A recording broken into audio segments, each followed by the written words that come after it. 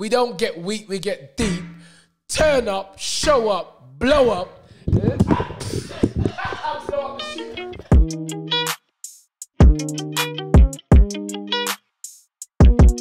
Dream it, believe it, become it. You know the set. Oh no, what's next? Come on, Barry White, come on. Come on down. You said it. The people don't know. The come on down was a bit muted because my co-host, my long-time friend, Spencer Fearon, is suffering from, I don't know what it is. I got a bit of a sore throat. That ain't stopping me. He sound like Barry White. Don't worry about that, baby. It sound like you're going, I love you, baby. You know what I'm saying? I'm sounding like Shaquille O'Neal. Shaquille, come on. Anyway, listen. I got my glasses on. This is how I'm coming now. I'm moving like this. Yeah? You want to get it back to your missus, mate. I'm moving like this. Anyway, listen. What a weekend it has been, or was. Oh, yeah. KSI against Logan Paul. Is it Paul Logan? I don't know. Yeah, but let's Terry Wogan. Remember Terry Wogan? Terry Wogan show, bad show. He's a big boy. You know? That's a serious show. Walk around with that show. But yeah, but the man I want to talk to is Let's Go champ Shannon the Cannon, because he's offering out everyone. Come on, man. Let me just get him on the phone right now. Let's get him on the... Draw for that black book. The John Wick book. That book is powerful. Come on. Shannon the Cannon Briggs. Let's go, champ. Dream Let's go, champ. Hold on, man. That's Dream right. it. Hold on, wait a minute. I don't even need to say it no more. We got the buttons. Dream it. Believe it. Become it. Come on, Shannon. That's right. That's right, man. That's a fact. You are the epitome of dream it, believe it, become it. Cause man, let me start off by saying, man, you guys are amazing. I love what you guys doing. This is the best combination that could be on the internet right now. You two guys, no, seriously, you two guys together is amazing. I mean, it couldn't be a better combination of a duo. I can see you guys traveling all over the world, doing seminars, talking about boxing. That's a great duo. I just want to say it's like Batman and Robin. Let's go, champ. Come on.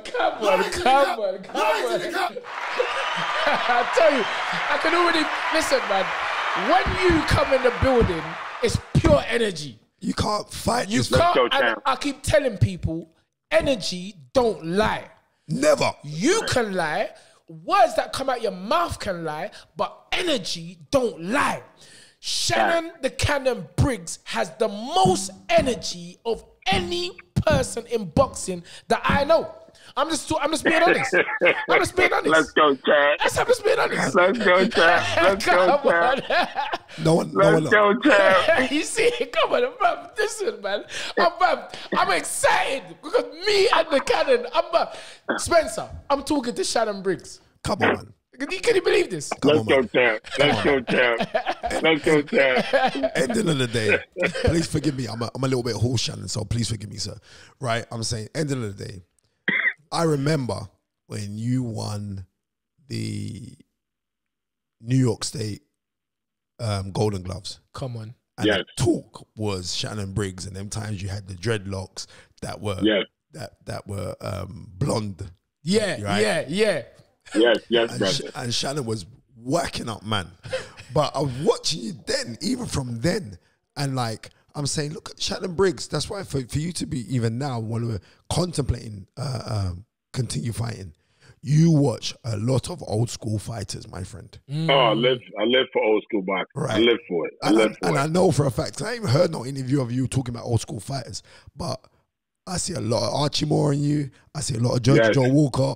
I see a lot of Edge Charles. The knowledge. Can you just tell me? Thank you, brother. Thank you, brother. I mean, I just watch these guys. I watch these guys growing up. You know, I started out in like the 88, 89, and we were heavy into the VHS, the VCR tapes. Yes. And I had a friend. His family is from Grenada. And he loved boxing. Actually, he was born in England, actually. Yes. But his family was from Grenada. They migrated to England where he was born. And then they came to America. And he grew up always wanting to be a boxer. His name was Angus Phillip. I was kind of like, I grew up with him in his household. His mom took me in. I was homeless as a teenager, and his mom would let me sleep on the floor. I mean, sleep on the couch and stuff like that. So he loved boxing, and he loved in those days, he would have these VHS tapes, and all day, he was older than me, all day we would watch over and over. We would watch Jersey Joe, Eddie Charles, Rocky Marciano, Muhammad Ali, all day. No, you have to understand, day after day, night after night, this guy was like a savant when it came to boxing. So I learned early about Willie Pep, the old great. And this is how. And although I wasn't boxing, although I wasn't boxing, I think this had a big effect. Oh, of course. When I started boxing, you know. Of course, it must. It's knowledge. Knowledge is power. Yeah. Yes. Memorize it. I memorized it in my mind, champ. Yes, I memorized a lot of different things, and that's what made me have some success in boxing. Some success. Hold on. Come on. Haven't you got the most first round KOs in history? In history of heavyweight boxing. Yes, champ. Yes, champ. Thank you, brother. Wait there. Thank you, brother. Thank you, brother. Thank you, brother. You know you got it. Wait, I'm not giving it up. Wait, man. Let's go, champ. 2 rounds of applause. Because the people don't know this. This is history. Let's go, champ. You've already created history.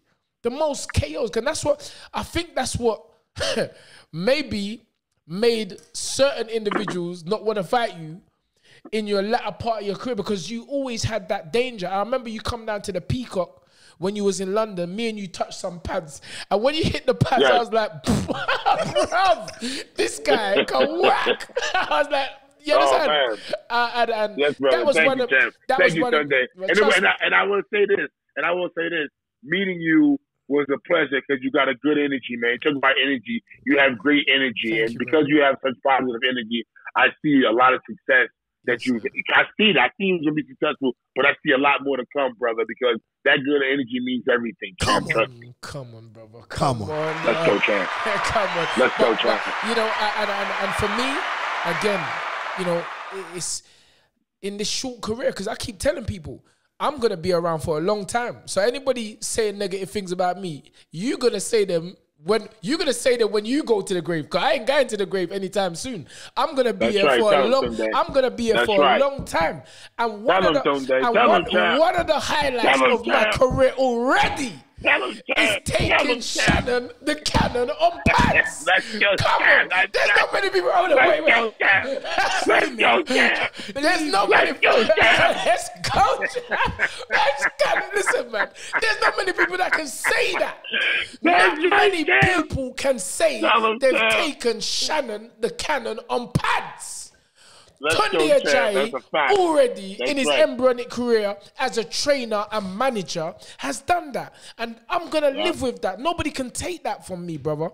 And man, I just you know this. I hope you've trademarked this "Let's Go Champ" business. Is that a trademark? Yes, I did. This is trademark, brother, for multiple things, clothes, food, all types of stuff. But fantastic. We're just working right now. We I don't know if you've seen the fight this past weekend. We had a big event. Logan Paul made his pro debut against a fellow Brit in KSI, and it was a controversial loss for my guy. But I'm trying to protest it. But again, we take it with it. We take it like a man. We standing up tall. And Logan's going to continue his career. I just got the phone with him. He'll be looking to fight it hopefully early next year. So we feel great about what's the future. That's amazing, because I heard an interview of you saying that you really do believe this guy can be, with the right tutelage and training, heavyweight champion of the world. And I didn't see, I do so. I didn't see no bluff or no smiling coming from your face. I heard the seriousness and the tone of your voice. Do you believe that, really? I think the world seen the other night that my guy's a boxer. Bro, he was boxing, but I was shocked. I was like, you see what I'm saying? Sorry, Shannon. Sorry, carry on. But yeah. How did you score the fight, Shannon? I gave my guy the first 2 rounds. I might have given him the 3rd round. I gave my guy the 4th round, of course, with the knockdown, even with the point being taken away. And let me explain why. When I asked the referee, Jack Reese, I said, how do you score a round at 8 rounds? He said, I scored from it being from the point in which they continue fighting who wins the rest of the round. If you look at the rest of the round, my guy clearly won the rest of that round. Yes. So we know he won the fifth and the sixth because he had already dropped the guy. He was just surviving. Let's just be honest. KSI was surviving from the third round on. That was a serious uppercut. That uppercut, when I watched it on TV, Jesus, what an uppercut. And the ref gave him a long time to recover from that. But KSI... Come on, you see the count. You see the count. But listen, KSI is a trooper. He's a warrior. He's a man who doesn't have a real boxing background or a young man who went in there, got serious. He came at my boy like a bull. Yes. Now, my guy not being experienced, so he didn't know how to really deal with that type of guy. Me, us, we know. I'm a boxer. You guys are pro boxers. You guys are professionals in the game. You guys are true. You know how you handle a guy like that. Just coming throwing haymakers like a tough man concept. That's what KSI was doing. He was just trying to land one big overhand, one big windmill punch. Right, overhand, right, windmill punch. Windmill, left hook, everything was windmill. Yes. Okay, that we see success happening from other fighters with that. So I guess that's going to be a new norm in boxing: is fighting guys who just throw haymakers and letting them survive. Yes. I know how to beat guys like that. Yes. You know how to beat guys like that. Why did Eddie Hearn? Let's touch on that. Yeah, Eddie Hearn said something on. His name is Eddie Worm. You mean Eddie Worm? Eddie Worm. Right. I like that one. Eddie Worm. Eddie Worm. Right, because Eddie recently had a guy you on IFL TV. Okay. Right. What's your response to what Eddie Hearn had to say about you, sir? He said that I could call him for a fight. So I could call him, but why haven't I made a fight? And I could call him. So I'm making an announcement now on this show right now. I'm making the announcement. I'm going to call Eddie. Wait. Let me just give you the...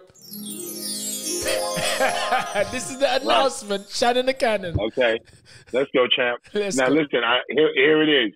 I'm making an announcement. Eddie Hearn said that I can call him if I want to fight, to make a fight. Yes. So I'm calling him. I'm announcing it first. I'm going to be calling him tomorrow to make a fight. Come on.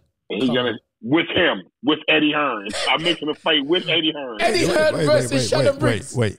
Eddie Hearn said you want to fight you. What, he said I could call him to make a fight. So I'll be calling him to make a fight. Eddie Hearn's going to get broke up. Jesus. No, please. No, forget that one. I mean, they're taking this KSI pull. They're taking it too far. Eddie Hearn's going to get wasted. Is he mad? Is he mad, fam? That's right. I'm going to make the fight. Shannon Briggs versus Eddie Hearn. Yes. In the O2 arena. And it's going to be a sellout. Just because I know there's going to be a sellout. A lot of everybody going to want to see me break them up. Come on, Shannon. What round would you do? The whole world. The whole world. I'm going to do them in 30 seconds of the first round. Come on, it's over, Eddie. I should phone Eddie right now. But it's over. It's over. You can't diss Shannon. Yeah, you can't diss Shannon. Shannon Briggs is the truth. I want to say this. I want to chop up Eddie, and I'm going to chop up Chisora. Chisora, I know you're listening right now. And I respect you. I respect you as a fighter because you're a true warrior. You will get out there and you will fight any man. And because of that, I think that you will be the perfect stepping stone for me on my comeback. I think that I'm gonna fight one or two pies to get the rust off, and then I'm gonna fight Chisora, who's a pie, but he's a big pie. He's a good pie. You know what I'm saying? And then he will be the perfect step for me to be right back in contention to fight for a title and become the oldest heavyweight champion at 48 years old in the history of boxing. And the only man to do it in 3 different decades. Dream it, believe it, become it. It's going to happen. It's going to happen. I got faith in you. That's right. I got faith in you. That's right. But this is serious. So we're going to have Shannon the Cannon v. Eddie Hearn first. That's a warm-up. a lot of people, and I want to say this. A lot of people are putting out rumors that I can't get a license. Yeah. Touch on that. Yeah, that's a lot of bullshit. I didn't go for a license in the UK based on things that that things that came out that Eddie, what's his name? He another one too. What's his name? The David Feathers. He another one. Thanks to, you know what I'm saying? All these dudes, but that's okay. They can't stop me, champ. They can't stop me, champ. They can't stop us, champ. They can't stop us, champ.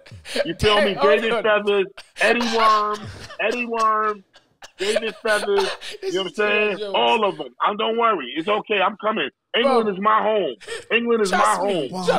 I love the United Kingdom. The people love you. England, Wales, Ireland, Scotland. All over. Every time I go to these countries, the people show love to the champ because they know that I'm a real one. They know champ. They can see the realness in me, champ. Yes, sir. You feel me? Yes, I'm sir. the people's champ because I'm one of the people. I come from nothing. Yes, I was sir. in the streets. I was Yes, homeless, sir. me and my mother. Yes, my mother sir. died on my birthday. My father died in prison. I'm the only child, champ. You feel me? I came from nothing, champ. I came from nothing. Come on. You saying? I came from nothing. I came from nothing to be to be heavyweight champion of the world, not just once, twice. I'm the real life Rocky. Yes, the real sir. black Rocky. Come on. The real black Rocky. Tell him again, brother. Tell him Let's again. go, champ. Let's go, champ.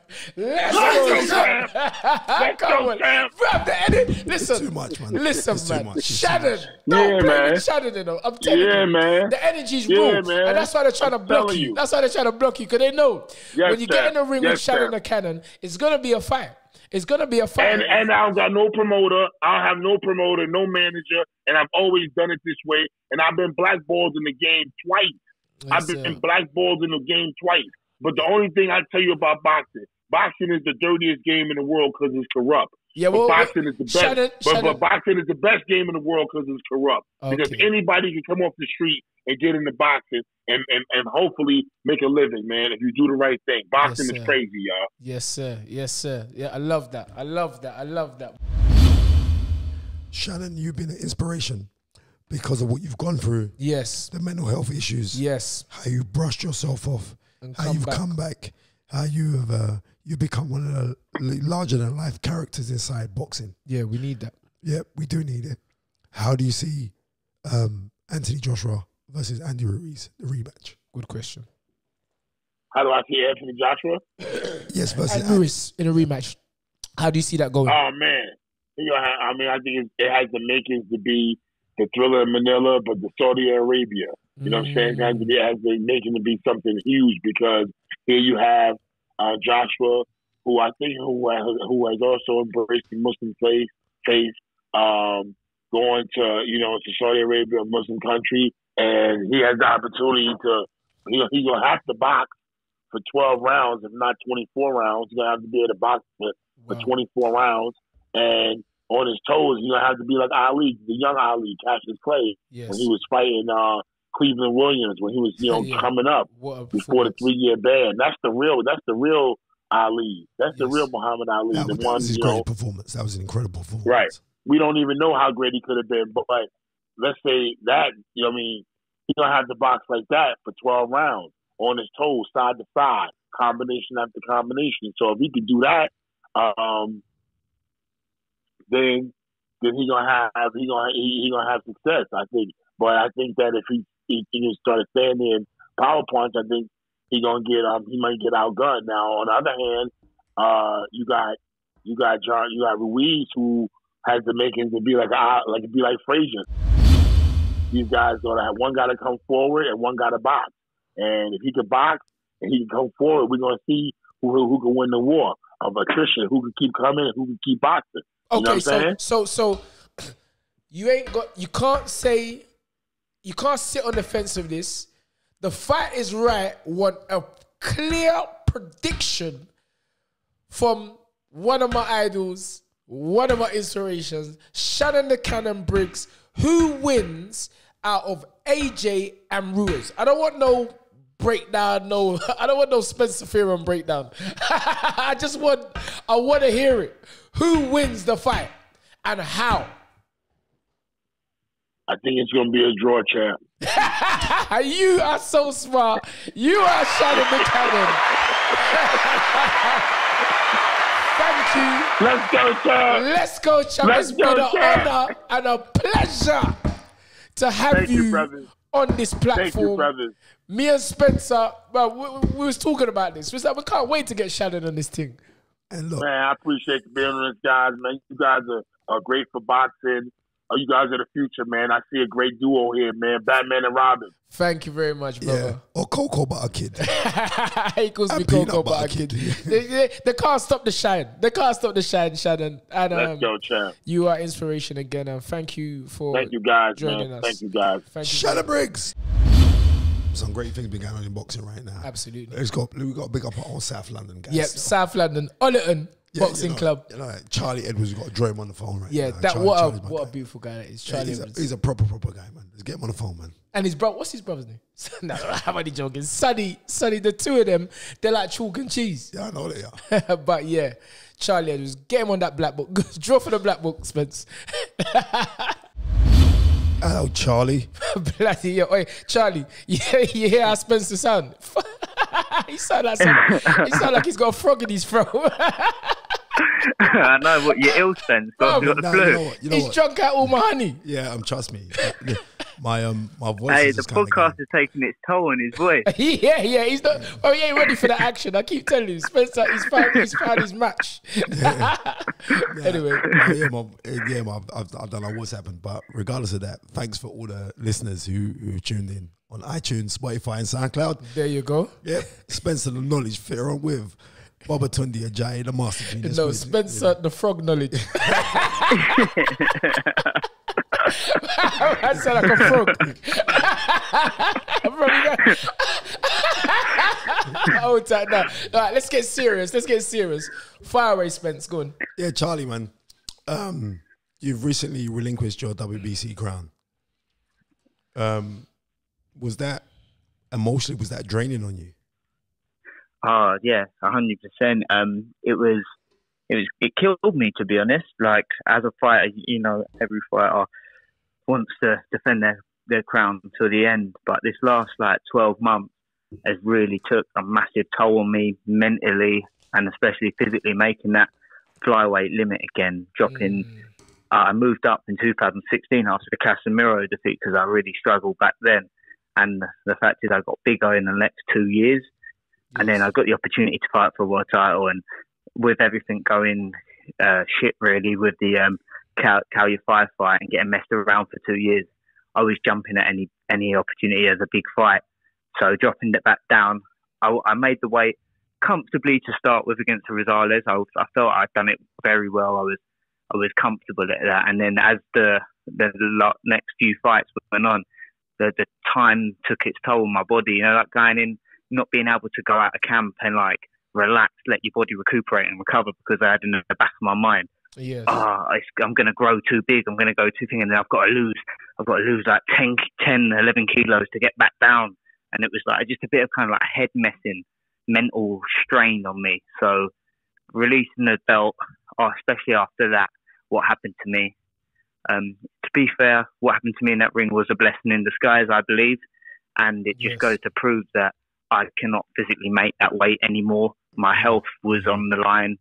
It was after the weigh-in, even going to the weigh-in, I can't really remember the weigh-in day. Wow. I think I had an interview with Sky Sports straight after I weighed in, and to this day I still can't remember what I even said.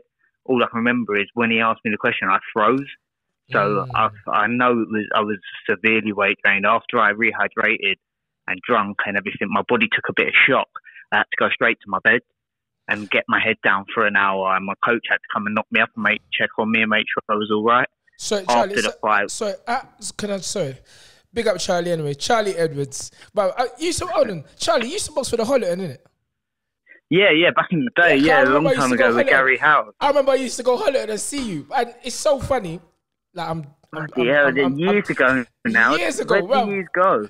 And I remember it's so mad because I think when you first turned pro, did you used to come up to the Peacock with your old man? Yeah. Well, I was with when I first turned pro, I was with Brian O'Shaughnessy, and he was up at the Peacock a few times. So yeah, we used to come up, and that's where I can't remember back in the Holiday days, but that's where I definitely met you properly in the Peacock. Yes. And because I was a roadman them time there.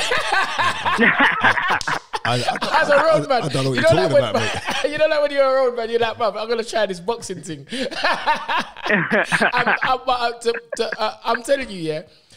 See me. Oh yeah, I think I did see you down the holiday. It was Ali shuffling around the gym. Come on, because you know when you come off the roads with them red boots, and you've been watching boxing. Remember the red boots, the red Adidas boots, and you say, "Man, this is easy. This game's easy." You come in there off the road. I have a bit of this. Yeah, I have a bit. You watch all the Mike Tyson fights. You think this is easy. Then you get the blooded nose and the water eyes, and then you start reconsidering what's going on. But I'm an energies person, and the reason why I made reference to that is because I remember when you came into Peacock, I always, you know, and I don't think you've changed that much now. You know, you're not a loud person or outspoken person. You know, you keep yourself to yourself, very respectful. But I remember the energy, and energy something I spoke about with Spencer on the show before about Josh Taylor. There's certain individuals, the energy is coming from there. You was one of those guys. So nah, it's real. I'm a big believer in energy. Like, you get people who walk into the room and you can radiate off them straight away, and you get drawn to it. Just me, yeah. And you know, it's amazing for me to see you know, your rise and your brother as well. Your brother's a character. I love it. You know, he's one of my supporters. We're like chalk and cheese, me and my brother. He's a character. I'm just a humble. yeah. But you know, now your brother's got swag. You know, I love him. He's cool, swag. man. He's got swag. He's got it. He's got everything from his fight wear attire to his style to his movement to his chat to his tweeting. He's that's why we call him Sonny Showtime. So who was actually boxing? You know, you know me, I'm about the positive side of this sport, and I'm very interested to know what was your motivation in getting into the sport of boxing, and was you actually boxing before your brother? Yeah, I was boxing. I started at 11, and then my brother he couldn't come in the gym because he was too young, so he come in like after begging and pleading about 8 months after me. So he started. I think he started at about when I turned 12. He started at 9. Yes. So yeah, that's kind of how it started. But then we only done it really to, like, I was short on like puppy fatty when I was a kid. I was scared to take my top off, and I only really done it to lose a bit of weight, and I kind of got the bug for it and just carried on from there. Like after about 6 months, the coach at the time was always like, it was an old boy from Roundshaw, Yes. where kind of like around the area where I grew up, and he was like, oh, one day, boy, you're going to be a world champion, and that kind of just sunk into my mind, and I just believed it from there, and just carried on pushing all the way. Hold on, wait there. Dream it, believe it, become it. That's what happens. That's what happens to you. That is it. That's what After happens to you, leave Charlie. receive, baby. Dream it. Spence? Listen, man. I remember like you in the amateurs. Yeah. I remember like you came in on Sky one time when I was on the show and we did the show together, and you was Spence, talking you about. sound like Barry White. Yeah, I know. And you was talking about, hey, I love you, baby. Who you talking about? And you was talking about how it was in the amateurs with you and Kal Yafai. And when you was spar, he could kind of boss you a little bit. Then eventually started to come into your own. Oh, 100%. When I sparred him, when we was on the GB squad, I just got up to the podium squad. I was a 17-year-old little naive boy coming up 48 kilos, walking around at like 49 kilos, and he had been to the Olympics. He was a 52 kilo fighter. He was well experienced, and at the first when I went up there, because I was new, jumping in the ring like being naive. He obviously it's his playground, isn't it? So I've come in new. Hello. And I ain't afraid to admit it. He used to hit me. He used to punch holes in me, hit me with body shots. He dropped me, I think, once or twice when I first got on the squad. With body shots, mate, it was sickening. But it toughened me up, and then slowly, I had that in the back of my mind and kept grinding, kept working. And towards the end, I started getting his number and started winning and taking a few rounds off him. Good few rounds. And he was in the pro game then. And then that's when I realised, like, bro, one day I'm going to have you back. Yes. And I still hold that I still hold them words now, and it'll be a fight that I still want. I wanted it a year and a half ago. I still want it now. What weight is Yafai? He's at super flyweight now. Superfly, and Charlie just moved up to superfly. Okay. Moved up. So yeah, that That would be the fight. Is a potential fight and a big British fight as well. Yeah. And I'm not sure what's going on with him because he was supposed to talks about unification with Estrada, but that's gone all quiet again. I remember that talk. Saying that kind of stuff for ages now. I think it's a no-brainer because he's got the WBA super flyweight title. So to me, that's a no-brainer. Well, this is called The Fight Is Right. Yep. So we're gonna put promoters, get your hats together. Charlie Edwards wants it. We want the fight. I think everyone wants it. Eddie Hearn even wants it. He tried to make it. The only person that don't really want it, I think, is him.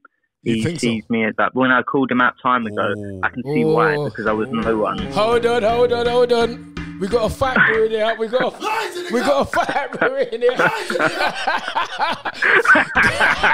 Come on, Kal Yafai. Well, we gotta get Kal on this thing here because Charlie is saying he wants this fight. So, it's an all British blockbuster. Why would you beat him? Good question. Why would I beat him? I just believe that my style is made for his. He's slow-footed, and he comes in straight lines. And with anyone that moves, as you see when he boxed in Monaco, someone's moved against him. He struggled real bad. Real bad. And it's always said, I've got his range, I've got his distance, I've got his number. I've shared thousands of rounds with him. And me personally, I believe when he developed more into a pro, but it actually made him slower footed, and he likes someone in front of him to kind of tuck up and let him unload. But like hitting along off the Charlie, don't give away the game plan because I'm not giving away no game plan. He knows the game plan. I want this fight and I want my 10%. I want the fight. I want my 10% because we're making this fight. 100%. But when we saw on for you in the footwork and the movement, when you won the WBC title against Rosales, that was so impressive. Masterclass. Right, that was so impressive. And I remember I was being around ringside and seeing Lee Eaton from MTK Global. So I got a big up MTK Global because they're our family. Bottom line, how you box in that, I thought that style you could fight anyone in the world and come out successful. That hit and hop hit, how you gauge, you try and freeze on fours.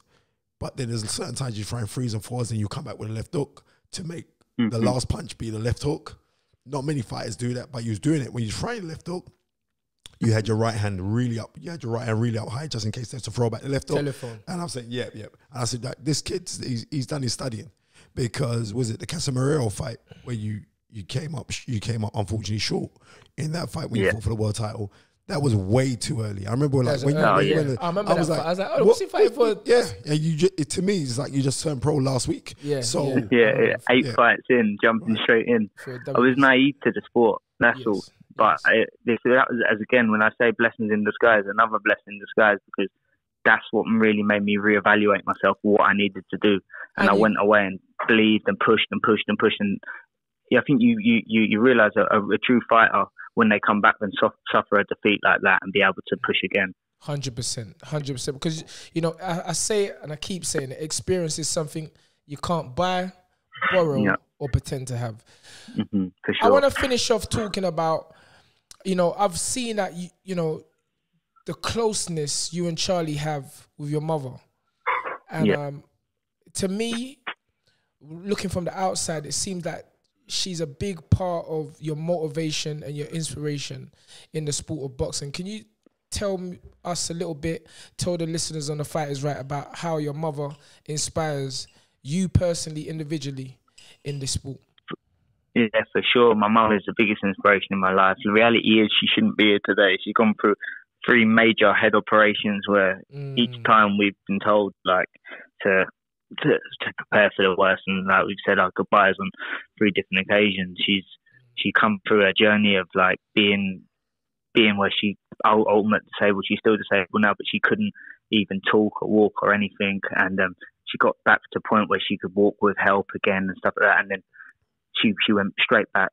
It happened again, and she went straight back to basically not being able to do anything again. She's had to come back again from it. So she's never given up, and it just proves to show whatever you go through in life, you've got to keep believing. You can't give up. There's people in worse situations than all of us.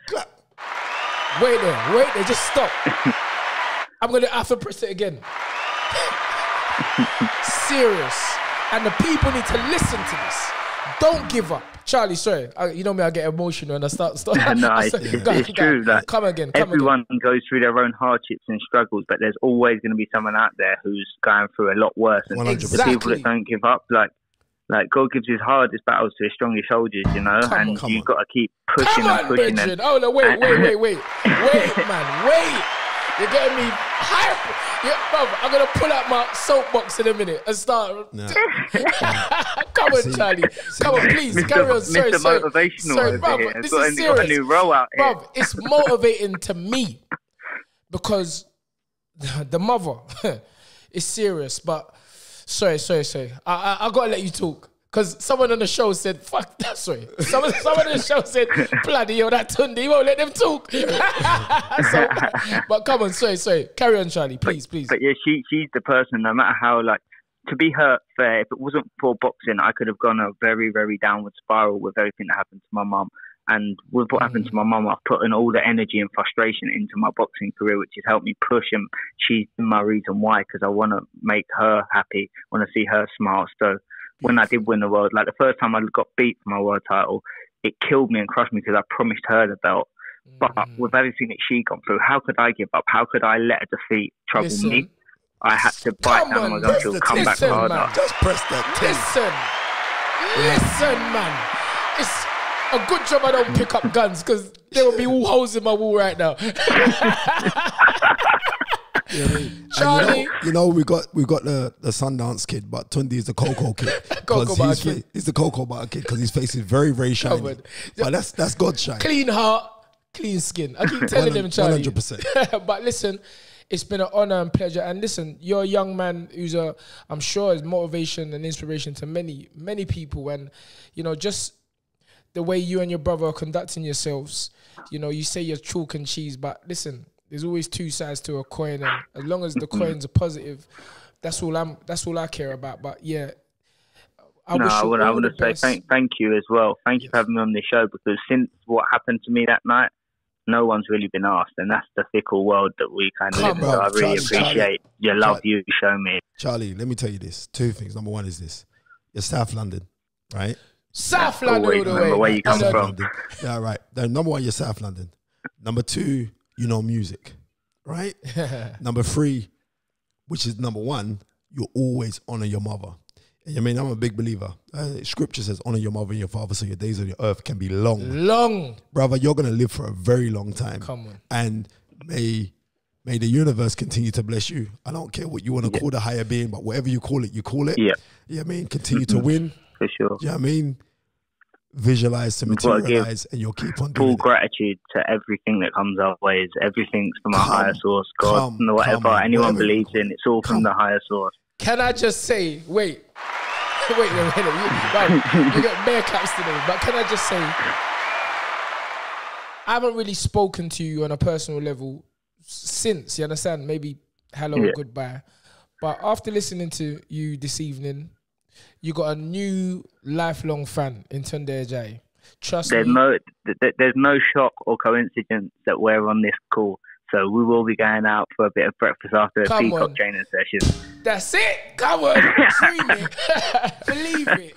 Become it. Oh, Charlie Edwards, fantastic. Thank you so much. Oh, man. You got us hype. You got us hype. Talking to the former WBC flyweight champion and the future WBC, WBA, IBF, IBO, WBO, and every other O that's got an organization behind it and a W in front of it. Yes, sir. Charlie Edwards at super flyweight. Kal Yafai. Come on. I'm coming for you. Don't back down, Kal. Don't back down. We need you. We're going to get Kal on this thing here. 100%. Have to get him on the show. Again, thank you very much, Charlie. It's been a pleasure having you. Thanks so much. Big up. Cheers. Kal Yafai, the WBA super flyweight champion. What you say, my brother? I'm good, man. I'm good. How are you, boys? Boys, there's no boys. It doesn't even sound like Spencer. It sounds like the immigration officer. You see, the show must go on even when I've got a sore throat. Trust me, nothing can't stop us. Nothing can't stop me. Nothing. Yeah, I mean, I got to come in. Kal, how you been, bruv? It's like, when you fighting again? Because I don't know what's going on. We're looking to fight in possibly end of January. Okay. Is that going to be a unification fight? Because we're hearing about you and Estrada getting it on. I mean, I've been looking forward to this fight for a hot minute. And it seems like things have gone a bit quiet on that front. So what's going on, bruv? Yeah. Hopefully, we can get that deal done, and a huge unification fight to start the year in America once again. So yeah, hopefully that can get done in the next week or so, and then crack on and get ready for that big fight. Okay, because we just recently had one of your old sparring partners. No, let me just, you see Spencer, he's in some long talking business. Charlie Edwards v Kal Yafai. Is it gonna happen? Do you want the fight? Charlie's saying he don't business. He's ready to fight you now. So, bro, I'm not in no long talking. I want to know if the big man Kal is up for the challenge, because I think it'd be a great domestic, all British fight. What do you say? Them fights are always there, but I'm chasing the big guns right now. Oh, so Charlie's not a big gun, no? No, not right now, and not in this division now. But he's not. Yeah, he's that really, fight's there down the line, and something that we can look at. Then yeah, why not? 100%. But I'm looking to fight. You know, one of the best pound for pound fighters in the world. So if your promoter, I get that. But you know, nowadays, in Nigeria, it's always money solves all problems. If the right purse was offered to you to fight Charlie Edwards, I'm talking mega money, life-changing money, would that maybe sway your mind? Oh, of course. That's what I like to hear. Of course, but I fight for big money now, and I'm going to be fighting for huge money against, in big unification fights. So that's right. I like that. Because you know that Charlie's now relinquished his WBC title. Yes. At flyweight, and he's moved up into your division, and it's a fight that he's always been calling. So we just had him on the phone. Charlie's a nice guy. I mean, you're a lovely guy. I mean, the two lovely, jubbly guys could get it on. I wouldn't mind seeing that fight, but obviously, I mean, the Estrada unification bout is a big fight. It's a big fight. It's a big fight stateside for you to make a real big impact and statement. Your style of fighting is, I mean, I can see a little bit of Evander Holyfield in there. So I know you watch Evander. I can see little bits of rough and tumble. I don't know if you watch Marvin Hagler, because sometimes how you hold your hands and you step onto your front foot to throw your jab does remind me of Marvin Hagler.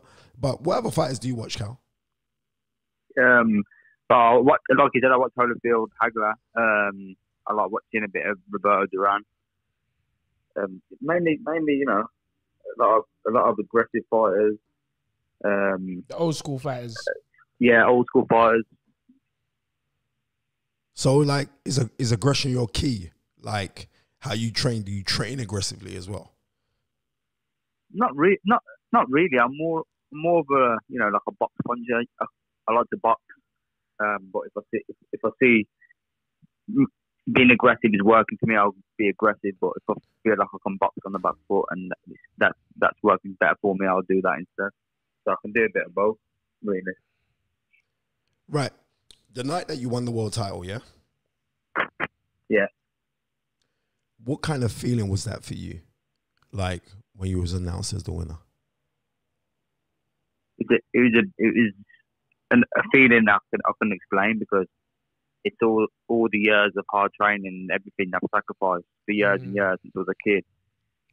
It just all paid off in one moment. So it was really big for me, and especially doing it against an established champion as well, and a fighter that can punch as well. Conception can fight, me. Yes.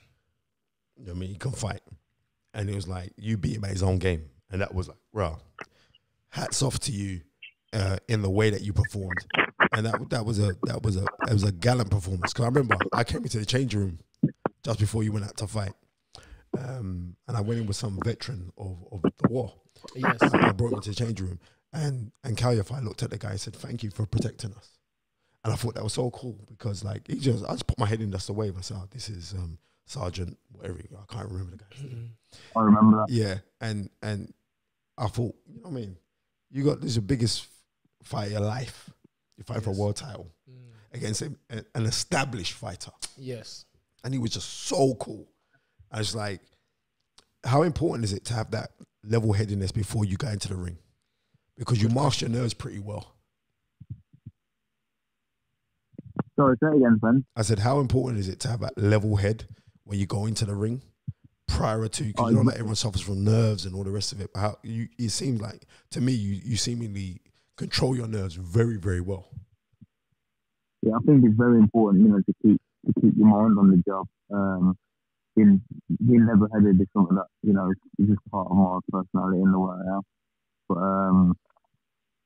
I'll just go in the ring and think of it as I'm here to do a job. I'm here to show everybody what I've been working on in the gym and, what I've been working on all these years. And mainly to entertain and get the win and come out safely. Okay, well, you know me, I'm a little stirrer.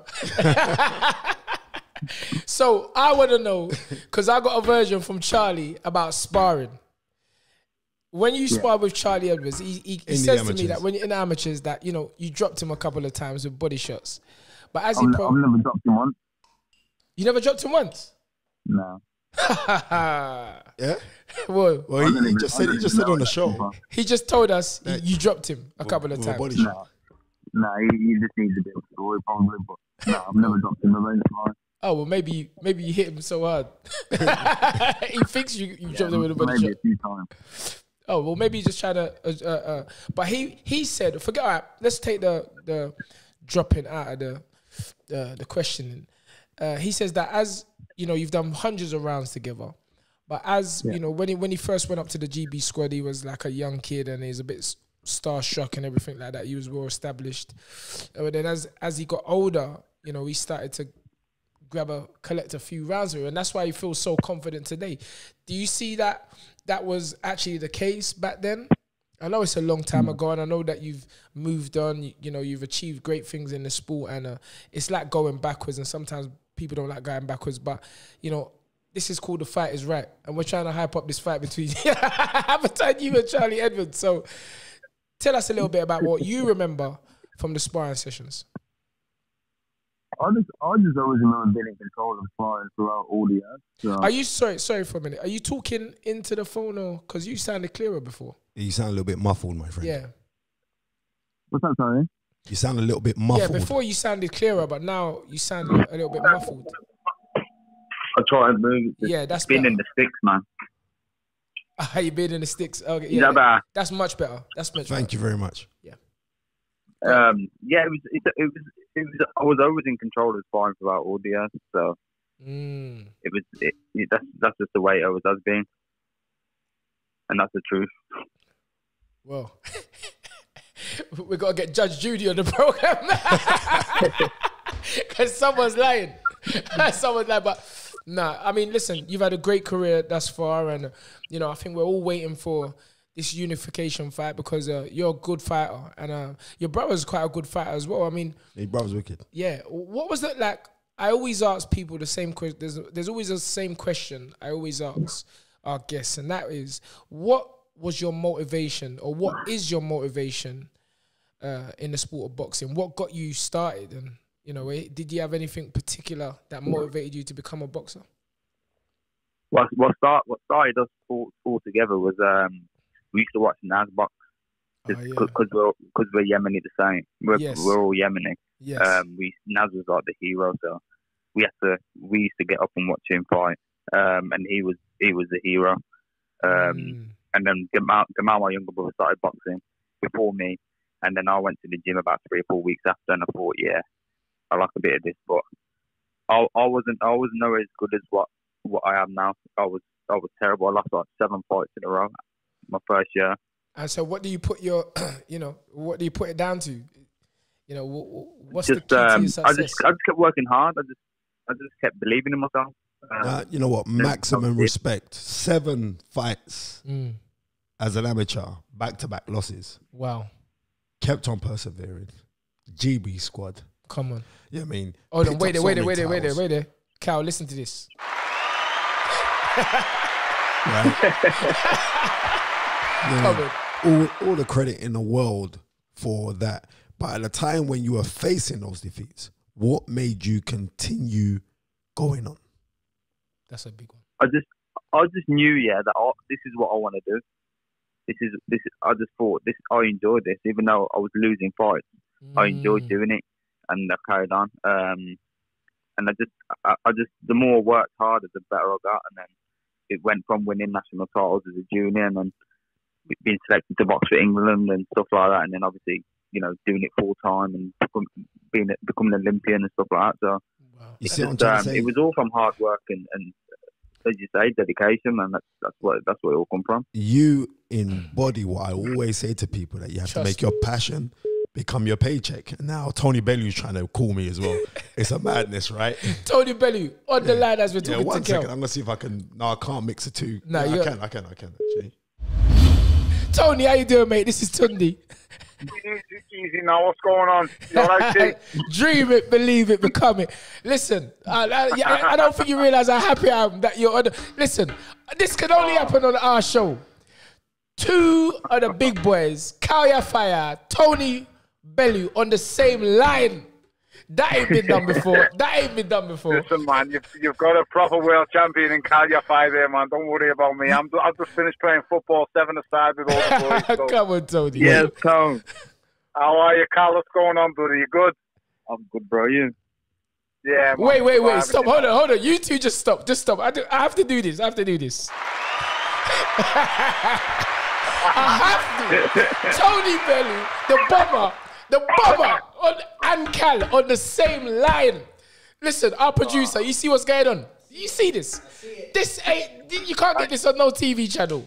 Only the fight is right. Anyway, carry on, you two having a you little tumwag. Listen, when you guys are calling, I'm always answering, man. I was actually playing football while you called, and it was coming through on my watch. Beautiful. And I was like, I can't answer this while I'm running around, out of breath, nearly having a heart attack on the pitch. Enjoying your retirement. You know what? I'm mixing you're both in. Tony Bellew, you know the time when we knew about you? Tundi Ajayi used to train some kid called Junior McDonald, who you boxed. I remember Junior. Come on. Right. You killed my dreams. Bruv, Tony, you killed my dreams as a trainer. I know. Listen, he was a good fighter, man. ABA semi-final in Portsmouth. Yeah, he was a very, very good fighter. Very skate. You know what it was? Like, I was fighting with a pro style in the amateurs, but he was even more pro style than me. Yes. Like, this boy was like Floyd Mayweather lying on the ropes, and I was Junior, like, okay, I'm going to tee up. Junior was the man, but he just liked too much curry goat and rice. That's what his problem was. But good. A really good fighter, man. I had a lot of respect for him. I got talking with him after we boxed each other, and it was all respect and all love. But hey, what's he doing these days? He's a computer engineer. Oh yeah, he's always been a computer engineer. But Junior's he's gone into that full time now. So he's wadded, mate. Trust me. But yeah, he's living good life. But Tone, there've been so many great fights, and it's been a year this month since your retirement, and it's kind of weird because you're retiring. It's like I'll be absolutely honest with you, it's like part of my life, because I remember the night when Darren Hamilton was fighting. This is 2012. Darren Hamilton was defending, 2013. Darren Hamilton was defending his British title against Adil Anwar. And he didn't have a ball protector. And it was down in Liverpool, the fight. And I phoned Tony, and he was out with his kids. I said, Tone. I said, Tone. I remember. Yeah. I said, I remember. Yeah, you was telling me. I said, Tone, we ain't got a ball protector. And Tony said, don't worry, man, I got a spare one. And Tony was out with his children. Jesus. And he went and got the ball protector and got it sent down to the venue for us to have I'll never forget that, because it's little things. It's a pleasure, man. That's what friends are supposed to do for each other, brother. Come on, Paul. 100%. That shouldn't be cheap, man. When a brother calls, when a friend calls, that's what friends should do. They're always there for each other. It doesn't matter if you ain't seen someone in 6 months, 12 months, whatever. When somebody calls up and needs a little touch, help someone. It's nice to help people, and that's all 100%. And that's what you have done the same for me. And of course, 100%. But yesterday was World Kindness Day. So I'm just trying to say, I'm just got to bring that one up because sometimes people got a misconception about you because we ain't forgot about you, Kal. Don't worry. Yeah, Don't worry. No, man. No, some people get a misconception about Tony Bellew. Yes, and I'm just saying, like, in boxing, I've been very, very fortunate to meet genuine people like Kal Yafai. Tony's passionate. Yeah, Kal Yafai, totally genuine. I remember I was up. What was it when Floyd was fighting? When Floyd was fighting Conor McGregor, I was in Birmingham at some church convention for the weekend. I was speaking that day. Yes. I ring out Kal. I said, "Where can I go see the fight?" And Kal gave me all the spots, and I was going to these spots for free. I just mentioned his name walking. So, like on these kind of things, I'm very, very fortunate to know good people. Tony Bellew's a good guy, mate. Now let me just tell you. Sorry, let me just show. Sorry. Just a quick one. Spence, we're just as fortunate to know you, brother, and you, son. We're all fortunate to know each other because there's not many people left in the world who are just good people. Doesn't matter whether you're black, whether you're white, whether you're yellow, whether you're pink, whether you're purple. I don't care what colour you are, what race, what creed, what anything you are. There's just two types of people in this world: good people and bad people. It's just that simple. 100%. Come on, Tony. Listen, you're getting me excited now. Listen, let me tell you. Now, I've got to touch on your career because it has been, in my opinion, an illustrious career. Going back, thank you, from amateur days, Rotunda, going back from the, do you know, Tony knocked out almost everyone. I think one person in the novices. One person survived. And that's when the Bomber name started to come into full effect. But the fight, what I said, Tony's a bad man, is Orville McKenzie. That fight, tell me about that fight because you came back from 2 knockdowns. Come and touch on that, Tony. You know what? That's the only fight in my whole career. I looked at a man's record and just thought, this is done.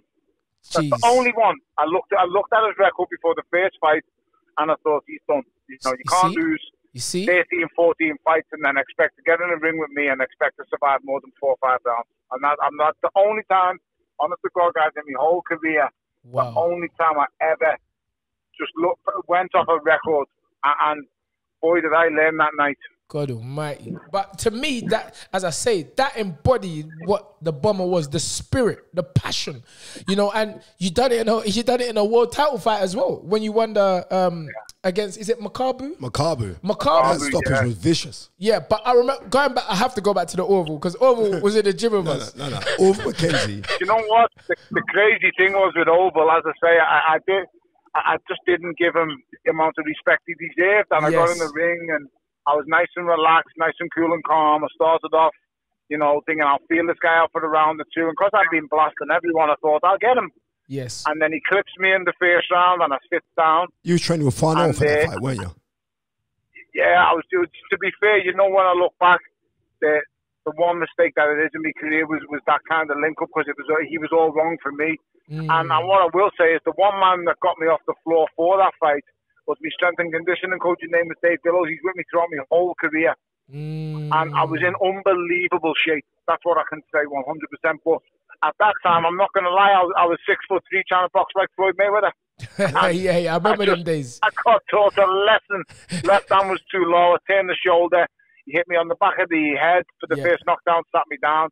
Then the second one, I didn't even see it coming. He just hit me square on the chin. I was flat down on my face. That was a vicious knockdown. And the way that you came back, Over was in the gym. The week I said, no, man. No, the boy, the pants song. When we was in the press conference, I couldn't believe what he said. I gotta tell you about this. He was in the gym, always like, trust me, Tunde. Me know, man, me know. Trust me. Wait, Tony. Tony, he's like, trust me, man, me work on the door. Me know where man is before. It's about drugs. We was in the press conference for the rematch. Oh, my God. In the press conference for the rematch, and the words out of his mouth was, me is you know what I'm saying, because the man is on drugs. The man's got to be on drugs. I hit him with a punch. I look in the man's eyes, and the man's on drugs. When that referee was counting. Wait, I'm giving you all of them. Wait. I'm giving you all of them. Wait, what about the time? Lies in the cup. Believe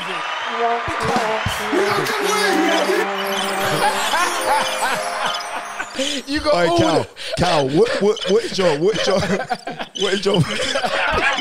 Cal, what is your favorite Tony Bellew Oh moment? my I goodness. swear, the only time in me. Wait. Cal, what's your favorite? Your favorite Tony when he Bellew won the moment? when he won the world title at Everton, that was unbelievable. It was that ain't getting beaten for me. Yeah, McCarthy, that ain't getting beaten for me. Yeah, that was Man, big. you know what? My dreams came true that night. I can't explain to you guys.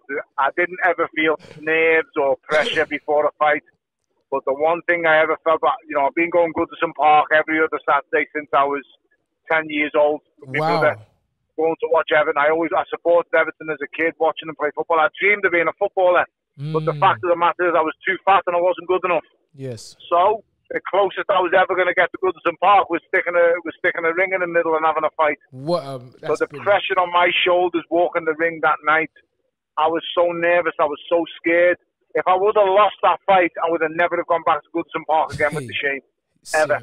Serious. And that's how much Everton Football Club means to me. So the pressure was immense. Again, I got my nose broken, knocked down in that first round. I was frightened. I really was. That's the only word I could say. But sometimes you just got to go for it with everything you've got. And that's all I've done. I just sit down on the gum shield and just traded up, and just thankfully it worked out for me that night, because he is a brilliant fighter. He's doing it now. He's doing it now. He's been in Russia twice, and he's caused an upset twice. So he's definitely, that's a legitimate guy. You done in front of your beloved fans. There's 3 quick points. He don't coup the shy off big. Sorry, go on. So. Yeah, there's 3 quick points I want to touch on. The first one is your 2 fights with Mr. David Haye. What made you believe that you can go up to heavyweight? Well, the first fight was at heavyweight, right? Yeah, both of them. Both fights was at heavyweight. What gave you the confidence to know that you can go in there and take on definitely, arguably, one of the... I bet you it was Dave Coolwell. One of the best fighters that Britain has had in recent years. What gave you that confidence? You know what? I'm not going to lie. With David, if everybody goes on, David was past it and this and that, but you see, the thing with David is he's never been the biggest heavyweight in the world. And I'm a big man. I'm a big cruiserweight. I'm 6'3". I walk around at 235. Wow. It was never a problem fighting a heavyweight. I just can't compete with the big boys. And the one thing that David has an advantage over all the fighters that he ever faced, he had a huge speed advantage. Yes. So with me fighting formally as low as light heavyweight, his speed wasn't an issue for me. Like, I could see them coming. I could make him miss. I could counter them. The only thing, and it always was the danger, I'm not going to lie, it's his power. He's the biggest puncher I've ever faced in my career. Is that the most dangerous fighter I've ever faced. Hold on. I want to hear that again. You're saying David Haye is the biggest puncher you ever fought in your career? Yes. With hands down, no one even close. Wow. Nobody even close. Wow. I sparred with him I was an ABA champion when I sparred with him the first time. He has hit me the hardest I've ever been hit in my career. I sparred with him in a gym after I won my first ABA title in 2003 or 4. And David Haye came up. He was getting ready to fight Mark Hobson. So David was getting ready to fight Mark Hobson, and I'm sparring with him. And me and David Price, he was paying me £100 a day. I couldn't believe someone would pay me £100 a day at this moment in time. I ain't paid no one £100 today. Well, 2006 was that, Tony? So, that was 2003 or 4. So the 2003 it was. So you were still an amateur? So he was fighting. He was scared. Yeah, I was amateur. I was ABA heavyweight champion. He was scheduled to face Mark Hobson. Yes. Comes up to Liverpool. Never happened. Me and David, the fight. I'll tell you exactly what happened. So he gets in sparring. And I'm not going to lie. Me and David Price beat the living shit out of him. We beat him up basically. Wow. And I mean, really, really gave it to him. Yes. So after the sparring had finished, this is a true story. David Haye pulls out the fight with Mark Hobson. Now, social media wasn't about in this day. Yes. I think there used to be something called MySpace, or there was MySpace. something like that. Yeah, MySpace. There was something of that kind of ilk there then. Yes. And I always remember Mark Hobson put on a boxing forum. I hear David Hay got beat up by 2 scouts in Liverpool and Spartan. The true story, we knocked 10 bells out of him that day. Wow. Next day he pulled out with a hamstring injury, whatever. Yes. But on that sparring session, he hit me with a right uppercut. And I swear to God, I didn't go down, he didn't knock me out, but it's the hardest punch I've ever took in my life. And my back leg kicked out for no reason whatsoever, like a donkey. Amazing. And I still don't know. It's never happened again since. He hit me that hard. That's serious. Cal, who's the hard... When I fought him, after the first fight, I had a headache for 4 days. Oh, my goodness gracious. Cal, who's the hardest guy that's ever hit you? I would say when I fought for the world title, Louis Conception. Big guy, yeah, he's a puncher, innit? Yeah, he caught me with one right hand right on the solar plexus, and it hurt for about 2 minutes. He hit me with it once, and I thought to myself, he ain't landing that punch again. yeah. Serious. And again, and you manned up in Boston. It showed the credit trust me, to that you, was a Cal. brilliant performance. We've already touched on that. It was a big notch. Tony, gotta tell you, the final, the curtain to your career couldn't have been much better. Fighting for the undisputed cruiserweight championships of the world against arguably one of the best fighters today, Oleksander Usyk. What was it like? What was the moment? How does he match up in terms of technical ability? And was there any excuses going into the fight? Like, did you feel that you wasn't properly prepared? Nah, no excuses whatsoever. I was kind of retired once I beat David Hay in the rematch. I got married. I fought David Hay on May the 5th. Yes. I got married on July the 7th. Tone, thanks for the invite. I'm tell you quickly.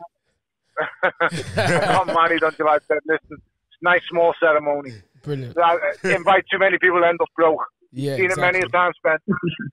So, anyway, I get married in July, nice honeymoon, whatever. That fight got made on my honeymoon. I'm going to tell you another quick story of why you shouldn't go out and drink alcohol with your phone on you. I was on the honeymoon with the wife, drank far too much. Somebody came up while I was in a bar in Mykonos, showed me a fight that was going on. It was Oleksander Usyk against Murat Gassi at the WBSS final. Next thing, I hear my name get shouted out on this phone. And I thought, he's called my name with them 4 belts around him. So I only phoned Eddie Hearn and said, make that fight. Eddie said to me, you didn't need that fight. You don't need it. Whatever. I said, listen, if you don't make the fight, I'll make the fight. Wow. I woke up the next day with a banging headache and a bad hangover. Eddie says to me, the fight's made. He's made all the terms. He'll fight on your terms in England, whatever you want, for a flat fee. And I was like, what fight are you talking about? Wow. Well, guess what that means? That means let's get drunk. Let's get drunk and fight for the undisputed title. And finally, you know what? Go on. When I talk about the fight, yes, I don't have no regrets. I fought one of the greatest, if not the greatest cruiserweight that's ever lived. Okay. I was winning after 7 rounds. Well, after 8 rounds, I was ahead on 2 cards, Jordan on 1. Yes. But I got tired, and he didn't. He got fresh. He was fresh. He was coming on strong. So if the fight's a 7-round fight, I'm undisputed champion of the world. He could dictate the pace with small precision punches, and he was just very clever, guys. A brilliant fighter, a really good guy, and I have no regrets, man. I only wish him well in the future. And I think I know what you're going to say. What will he do at heavyweight? He's going to win. He's going to win a version of the world title at heavyweight. The only thing that I think holds him back is sheer size. All holds him back. I think if he matched up with Andy Ruiz, I think he'd make a fool of Andy Ruiz tomorrow. I actually think he could beat Deontay Wilder also. Wow. But, you think you can hold that to that punching power? Now, I don't think Deontay Wilder will catch him. I'm not going to lie. I just don't think he'll catch him. Too wild, too technically not good enough to nail him. But on the other hand, I think Tyson Fury is too big and will negate his skills. Yes. And I actually think Anthony Joshua may be able to walk him down. Interesting. And I know that sounds crazy because you're going to say, well, how could he defeat, the guy who's Ruiz, but then he can't defeat Joshua? It's all about boxing. His styles make fights. 100%. This ain't no, like, you hit me, I hit you. This guy's a genius at range when he dictates the pace. I just don't believe Andy Ruiz or someone like that can beat him. But listen, we'll soon find out, guys. The one thing is that I want to say is before, we pass it on is, let's just get our own heavyweight champ back. We need AJ to bring them belts back. 100%. And it's going to happen. It's going to happen. I haven't 100%. said it. Right. I've got to finish up with this. I'm a man who's been watching Rocky since creation. Rocky Balboa drinking eggs in his yard, doing a run. You know what I'm talking about. You know that scene. My son, I made sure he watched Rocky all from 1 to. I lost.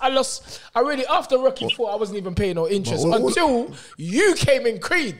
Then it got excited. I was like, "Wow, my boy's in Rocky." How was that? How did that come about? And listen, man. That I think to me, that tops it off. Yeah, trust me. A Hollywood star, a kid from Liverpool. Tell us about that, Tom. Come on. Creed. I'm happy, boys. I've lived a crazy life, wow. and if you told me this would happen when I got expelled from school, I'd have told you everybody's lying. You're making it up. Amazing. So I just came back through a phone call. I went back to the chairman, told the chairman about the offer. And I would never. The person who deserves the most credit for that movie is the director Ryan Coogler, who went on to make Black Panther. He deserves all the credit for everything I'd done in that movie and the way I played the part. It's all down to Ryan Coogler, because I rejected doing the part at first. I said I couldn't do it. I didn't think I'd be good enough to do it, but he believed in me. Yes. He didn't go for anybody else for the part of Pretty Ricky Conlon. And yes. He just believed in me. So I've got to give him full credit. Living with MBJ and Sly for 3 months in Philly was unbelievable. Wow. Making the movie was crazy. I didn't come home for 3 months. I just lived in the center of Philadelphia. I went to the streets of Philadelphia, all the gyms, the training, and just an amazing time in my life, guys. It really was, and I can't explain how many things we've done, how many things I've seen. Just a great, great time, a great place with great people. Hold on, wait. Dream it, believe it, become it. That's Tony Bellew. Yeah, I'm telling you. Tony, let me just say, like, I was gutted when you retired. I was gutted at the loss of Usyk. Me and Tony have been proper mates for a very, very long time. Yes. I would always arrest Tony by sending him loads of different videotapes of 50s and 40s fighters and say, you got to watch these guys and that. And not the Sugar Ray 1RT from you, though. No. Tundi Ajayi is a thief, you know. Like, I had to collect on video, VHS.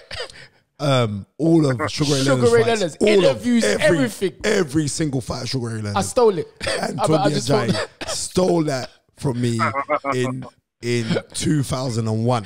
You ain't getting it back. Right, I know. I'm in Tundi's house right now. Don't worry, I'm nicking things out his kitchen. Right? But, yeah, I mean, no, I got to say, like, it's an absolute pleasure. Honor. You and Kal Yafai is the guy.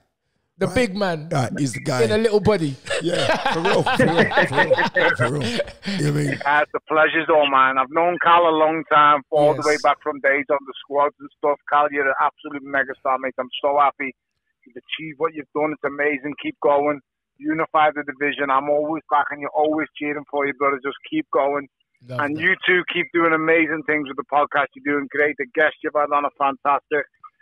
Tund, wish the champ the good luck for me. Tell him to stay at the level because he belongs at that level. He's shown that's where he should be at now. Thank you very much. Tell him he belongs there. I messaged him.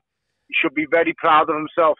I appreciate because it. Now he's shown that he's at there. And once he's up there, he shouldn't come back down. No way. It's only a matter of time. It's not a matter of when. It's not a matter of if. It's only a matter of when he picks up a world title. I'm absolutely there.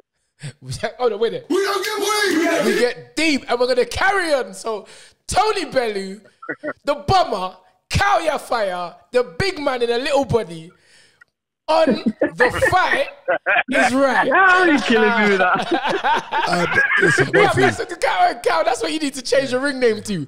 The big man in a little body. Nah, the big man that'll break your body more. That's yeah. Come on. Now. Yeah, what, Kal? Kal and Tony, seriously, thank you for blessing the show. Tag team. And I've got I'm really hoarse. My voice is gone, but I'm Tony, still have you heard Spencer's voice? Bloody, he sound like the flipping What's the Benz, man, I hope you ain't been smoking. You sound like you've been in a smokehouse. Yeah, I'm telling you. He's been on them cigars, man. He's been on the cigars, yeah. Yeah, for real. Nah, I just come down with the change of the weather. I've just come down with yeah, that's what they all say. Yeah. That's what they all say. Now, guys, listen, man. Yeah, for real. Yeah, just me. I'm flying out next week anyway, so I'll get the sunshine when I'm Listen, let's wrap it up. Guys, it's been an absolute pleasure, an honor. Man, I'm just, this is a blessing. This is me living my dream, talking to guys who have really epitomized what hard work, dedication, sacrifice, belief, and faith in themselves. Oh, Tony, one question I didn't ask you, which is, tell the people what your motivation was and is in the sport of boxing. The motivation was there anything, was there one person, one thing that said, you know what, not only am I doing it for myself, obviously when you had children, that's a little bit later, but, you know, tell us, what motivation? You know, the one motivation before the kids came, I'm not going to lie to you, I fought because I wanted to impress my father. Come on. My dad wasn't. Come on, wait, man. Wait, hold on. You know why? Let me tell you why. Because everyone talks about their mother. You and me, if you see my interviews, I always talk about my father. Because the father is my... Nah, man. Listen, Tone, come on. Finish the story because you're getting me hyped now. Come on. Let's go. You know what? I'm not going to lie. So my dad was a tough man, a fighting man. Yes. His dad's serious all now. His dad's a very serious man now. Yes. No, his dad don't play. So I love me pops. I love him more than life. So I'm not going to lie. With my dad, it was getting 9, 10 GCSEs in school wasn't going to be the thing that impressed my father. So what was going to impress my father was showing. I'm sure he would have been proud if I came home with a lot of school results and good exam results. But I'm not going to lie. What was going to impress my father was watch me whoop someone's ass.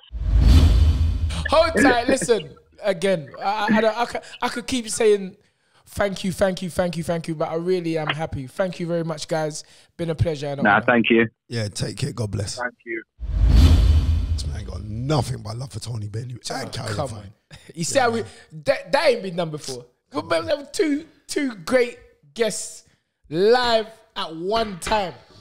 Yeah. The big man in a little man's body, Kal, and the irrepressible, inspirational, motivational Bomber Bellew.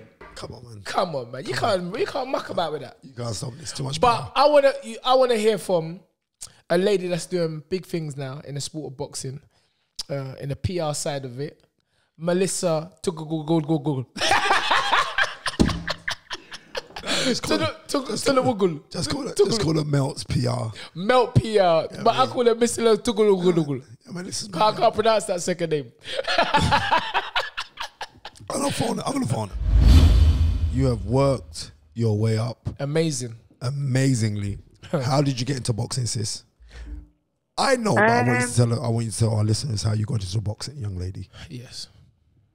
Okay. So I've been doing PR for quite a while, but it was my partner at the time, AJ Carter. He was the one that said... Hold on. AJ Carter, heavyweight, yeah. He used to be trained by Brian Lawrence. Okay. Brian Lawrence and Richard Williams. Yeah. And Richard, yes. Sorry, down at McGill's. So he said to me, he was like, oh, come on, why don't you be my publicist? Like, come into boxing. I was like, no, I don't like boxing. I just know Muhammad Ali and Mike Tyson. As we all do. And then he was like, come down to York Hall, just watch a fight. Promise you, you're going to fall in love with it. And then I did. And then we started at the York Hall, like on small hall shows. You had to sell tickets. I was working with Steve Goodwin. And then it kind of went from there. And we did, I think he was 3-0 when we started working together. And then I think it was in 2017, April, he had a fight against Kamil Kolokalowski. I can't even say it. So you probably know the name. At the York Hall. Yeah. No, that was at Crystal Palace. That was with Tommy Southend.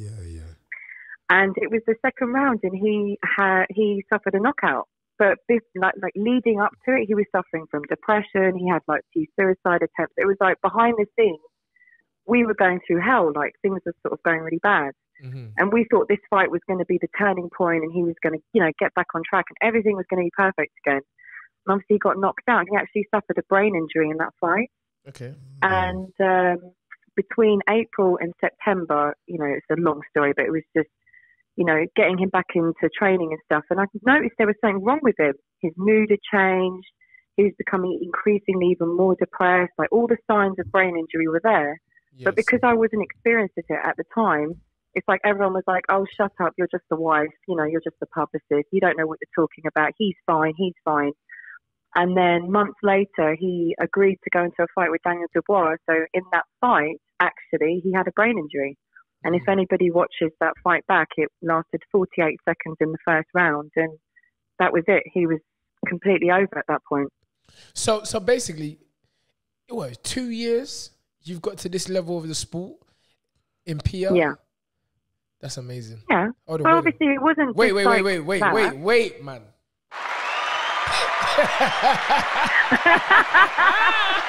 Come on, listen. Listen, we're only talking about the positive things. 100%. And I'm here to highlight the fact that, you're a woman in a male-dominated sport. That's a fact.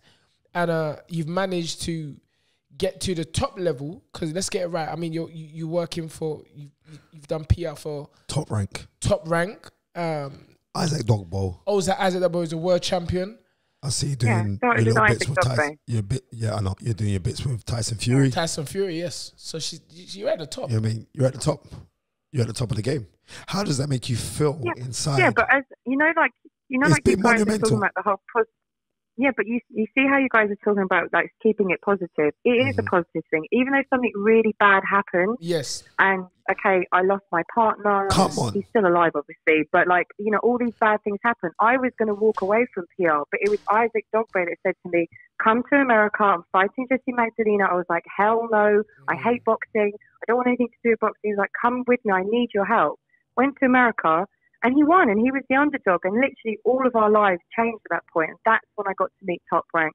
Then Top Rank saw what I was doing. Yes. But I was trying to work in the UK, but no one wanted to hire me here. So I had to go all the way to America, make it there, and then come back. And it's only then that it's just been like, just this year alone, it's just been a whirlwind. Listen, it has been a whirlwind.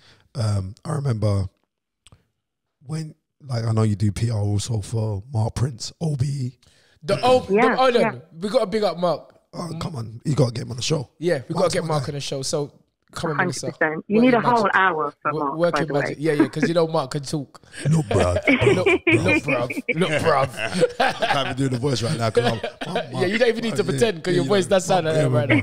Yeah, bruv. You got to pray to the Lord. You got to be serious. You got to go out there. Yeah. Oh, my God, that's a great impression. Come on. No, we'll go to But yeah, yeah, just all the work that you've done.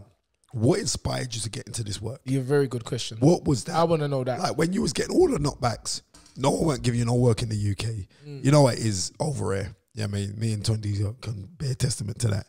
And the mere fact that you just continue to persevere. What made you continue persevering, sis? Good question.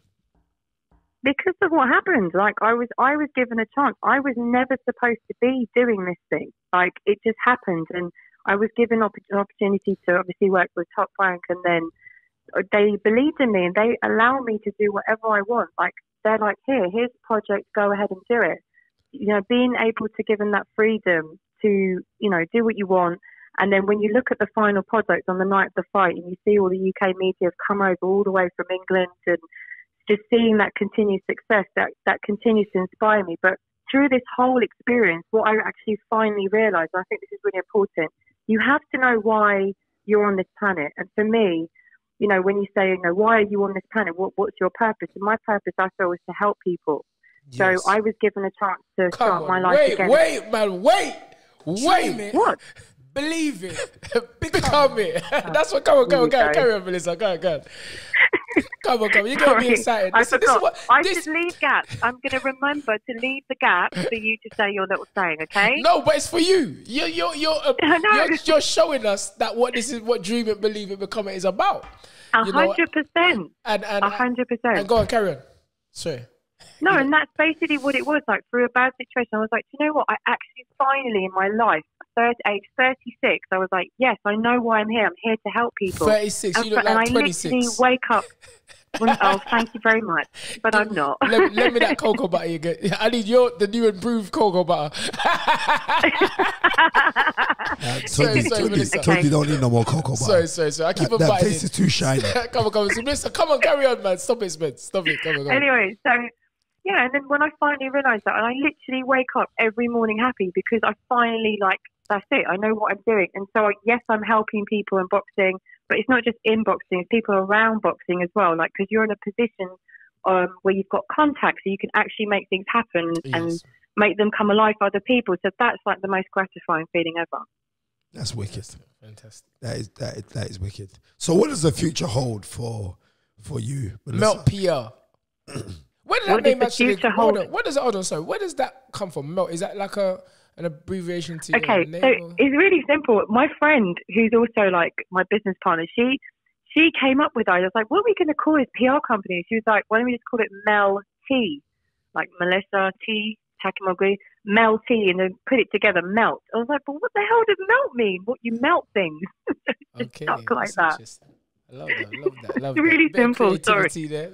And on business, you're doing your thing. You're doing your thing. So it's working. And you know, I think what you're doing is showing women that they do have a place in the sport as well. Because a lot of, I mean, you know, last week we had, is it Michelle Joy Phelps? Michelle. Yep. You know, this week we're having you. And so we're doing our part to show the boxing community. Well, I think it's important that you guys are mixing it up. And that's why I was so impressed. I was like, yes, they've actually got a female guest. Like, well done. That's like so important. Yes. Aware of that, but like as you know, like me and Michelle were quite close. She's like, I mean, I got a lot of time for her. I've got a lot of time for you from way back. I mean, I remember like when I started first doing the stuff on Sky, it was like you and AJ, Carl were like my biggest supporters. Always sending questions, always biggest. So from that, you mean energy goes where it flows. Yes, sir. And you mean, and you attract or repel who you are. And you're not talking to Barry White. Let me just... you ain't talking to Barry White this evening. You are actually talking to Spencer Fearon. Oh, his voice is so... I feel really bad. But we're working. We don't care about all that. Don't worry about that. Come to the office and do the work. All right, Sunday. Go. But yeah, Melissa, listen. We're going to have you back on the show. You know, I would definitely like to have you and Mark on the show at the same time. Because I think how you've, you know... helped Mark and taken Mark really his business to another level. Again, trust me, we need to highlight that and show those out there that, you know, with a lot of hard work, dedication, perseverance, and you can. Well, I think, like I was saying to you, I think we're breaking the barriers. Like even most recently, my highlight was, you know, as simple as walking out with Regis Prograis. I mean, Spence, correct me if I'm wrong, but I don't remember. Hold on. Melissa, don't think I never saw you trip up. I saw that trip. You're so annoying. Why do you have to highlight that there? You know what? She was walking to the ring with Regis, The hills. And the hills, I saw it. I was like, oh my God. Well, why did you trip? No, that's not what happened actually. Hear it from the horses now. So when they said to us, taking Ray out, his little boy, I was like, yeah, that's fine, I'll take him. So I gave Ray to his dad, and I'm walking and I'm like, why is the camera so big for? Oh my God, how can I do? I need to move out the way. So when I turned the corner, I tried to slip past the camera because they need to see them, not me. So as I tried to trip round I tripped round the corner, and that's when you saw me trip trying to get out the way. I was laughing. I was bending up. I said, this is a Jeremy Beadle moment. Why do people do that? They literally, like, anything that bad happens, they won't be like, oh, yes, a woman walked a boxer out. Woohoo! It's like, haha, we saw you trip. No, because I'm looking for these things. But yeah, listen, we can go on, Melissa. What says, you just keep on doing what you're doing. Keep doing what you're doing, Melissa. A beacon of light to any female who wants to get into the sport. Yes. Because they're looking to get into the sport, but they think, well, they want to be participants. No, you can be business women. Yes. You can be the ones that are raising the fighters' profiles. Exactly. You are raising the profiles. I'm a man who's got 3 daughters. Yes. So when I'm looking at that, I'm saying, you know what? I mean, because all my daughters think they're the little knowledges anyway, right? So to see something like that of a sport that I'm so passionate about, but it's not that. It's because you are an absolutely beautiful human being. The professionalism of Melissa is second to none. Trust me. And again, me personally, always looks after me when I go to any press conference. She advises me. She was advising me about the show and stuff. So, you know, I'm thankful for that, and happy to be known in the phone book. Yeah, in Spencer's black phone book now as well. We call it the John Wick phone book. I know. His phone book is just Melissa, amazing. He's got everyone in this thing. Like, this is the phone book from John Wick. I'm telling you, it's serious. He knows everyone, Melissa. I don't even need to do that work. I just say, Spence, yeah, phone him. He's got everyone's number. Well, listen, again, thank you, Melissa. Thank you for coming on the show. It's been an honor and a pleasure. And as I say, we will get you back on with Mark OBE. 100%. No problem. Sis, take care. Have a wicked evening, yeah? Thank you, guys. The pleasure was mine. Thank you very, very much. Thank you very much. What a fantastic, great, I mean, there's not, the words, they're just not there. It was just a brilliant show, Spence. And this energy goes where it flows, bro. Energy goes where energy flows. That's true. We've had Shannon the Cannon, Charlie Edwards, a wonderful young man, you know, so inspirational and motivational. Kal, the big man in a little man's body. Yeah. That's what I call him. Yeah, Kal Yafai. Tony Bomber Bellew. Tony who? Tony Bomber Bellew. Bomber Bellew. The guy. Oh, man. Man was in Rocky. You can't muck around with that. It's finished. I don't want to. He's lived every dream. I don't feel there's nothing more to do. Exactly. Except for you've been in Rocky in the FA Cup final. Yeah. Trust me. Yeah. That's what it is. And Melissa. Yeah, man. He was a lovely human being. A real inspiration to women, showing not only that women can compete in boxing, but be in other areas of the sport. Trust me. I think that's great. And she's a great role model for young women, older women that want to get into the sport from a different aspect and a different angle. Yeah. I think that's great.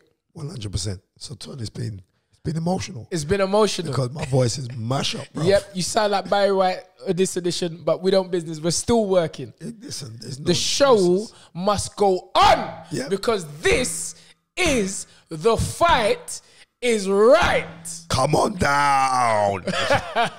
Thank you. Next week, remember to, before Spencer mash up the whole studio, like, comment, most of all, subscribe. Because we need those followers. We need the support.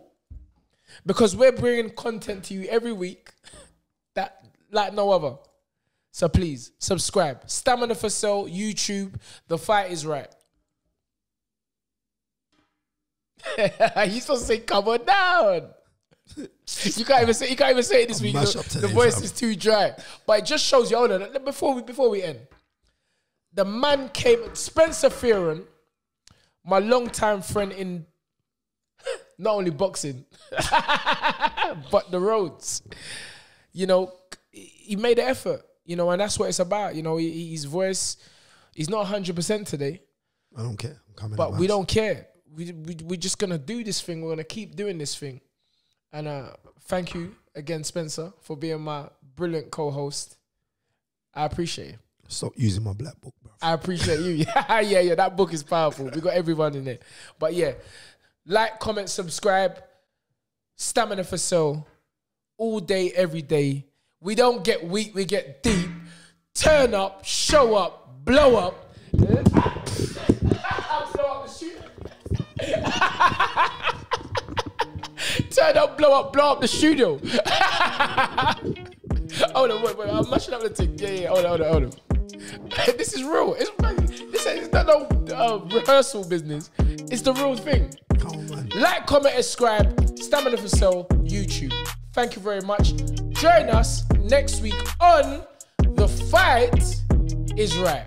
Come on down.